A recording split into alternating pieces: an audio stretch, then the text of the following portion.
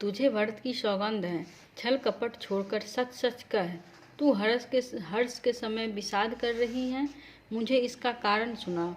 मंथरा ने कहा, सारी आशाएं तो एक ही बार कहने में पूरी हो गई, अब तो दूसरी जीव लगाकर कुछ कहूँगी। मेरा अभागा कपाल तो फोड़ने की ही योग्य है।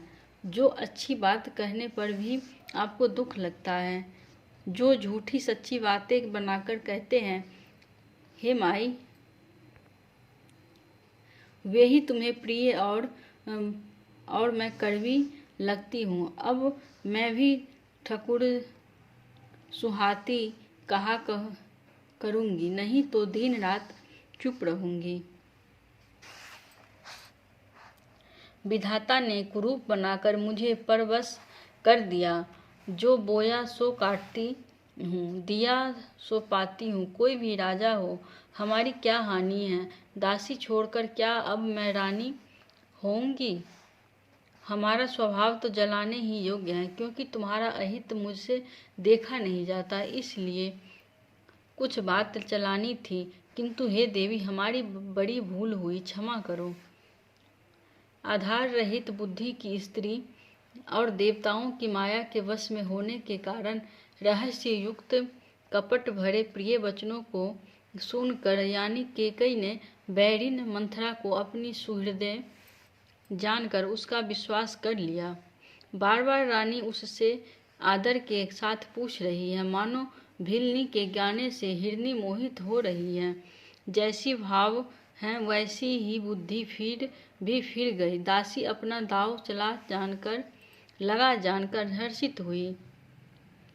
तुम पूछती हो, किंतु मैं कहते डरती हूँ, क्योंकि तुमने पहले ही मेरा नाम गढ़फोड़ी रख दिया है। बहुत तरह से गढ़ छोलकर खूब विश्वास जमाकर तब वह अयोध्या की 7.5 वर्ष की दशा रूपी मंथरा बोली, हे रानी, तुमने जो कहा कि मुझे सीताराम प्रिय हैं और राम को तुम प्रिय हो, सो यह बात सच्ची है, परंतु यह बात पहले थी। वे दिन अब बीत गए हैं। समय फिर जाने पर मित्र भी शत्रु हो जाते हैं।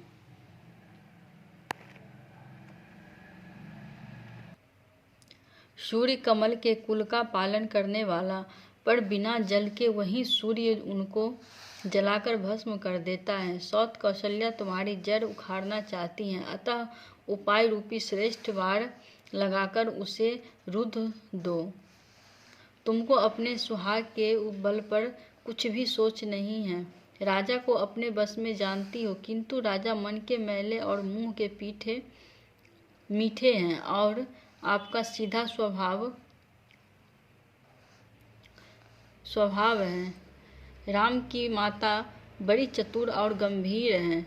उसने मौका पाकर अपनी बात बना ली। राजा ने जो भरत को ननिहाल भेज दिया, उसमें आप बस राम की माता की ही सलाह समझिए, और सब सौतें तो मेरी अच्छी तरह सेवा करती हैं। एक भरत की माँ पति के बल पर गर्वित रहती हैं। इसी से हे माई कौशल्या को तुम बहुत ही साल